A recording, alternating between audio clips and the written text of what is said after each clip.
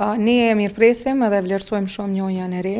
Ne gjithmonë i kemi bë thirrje, nëse mund të them, qeverisë së Republikës Kosovës edhe përkatësisht dikasterit të punëve të jashtme që të kenë një strategji të qartë se si do të sigurojë njohja. Besoj që ka një kontribut të pakontestueshëm zoti Pacolli në këtë njohje.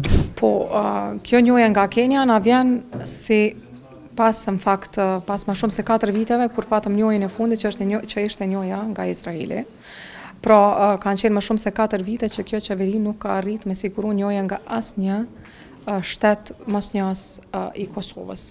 Ne e mirëpresim edhe vlerësojmë shumë njohjen e re, sepse është një ndryshim në dinamikat pasive të nëse mund të themi punëve të jashtme të Kosovës ose atyre të cilët janë përgjegjës për politikën e jashtme të Kosovës, mirë po në fakt duket sikur e njëjta nuk është që ka ardhur si rezultati i përpjekjeve të MPJD-s në këtë rast për të siguruar njohjen nga Kenia, por që duket që e njëjta është siguruar nga zotri Beqet Pacolli.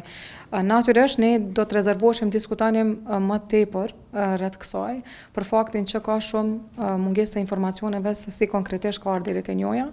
Çdo njohje e re është e tetë e rëndësishme për forcimin e subjektivitetit të Republikës Kosovës. Po marr parasysh që kanë kaluar më shumë se 4 vite që nuk kemi pas fare njohje, kjo e bën ende më të rëndësishme.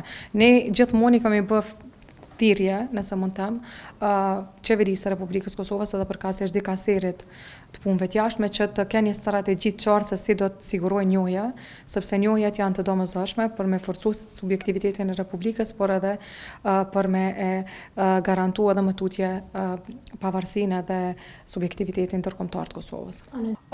Po nëse do të kishte përpjekje edhe strategji të qartë për sigurim njohjeve, lobim të vazhdueshëm edhe një qasje konkrete për të ftuar shtetet ose për të bindur shtetet për të njohur Kosovën, atëherë konsideroj që do të kishim rezultate. Po meqense se nuk kemi pas asnjë rezultat, atëherë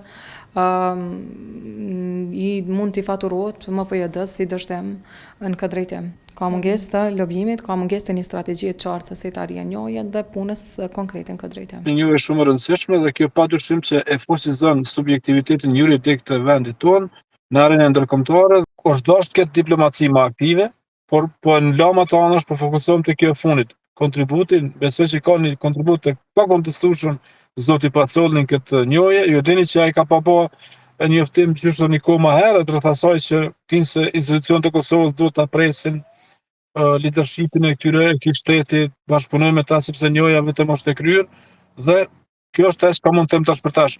Ama a është dashur punohet më shumë? A është dashur punohet më shumë nga institucionet e Kosovës në mënyrë të veçantë nga ata që janë bartës të diplomacisë së Kosovës në këto vite? Unë mendoj se s'ka nevojë të komentojnë këtë aspekt sepse ka nevojë të punohet tash që po flasim, e lërë më për një mandat të tërë.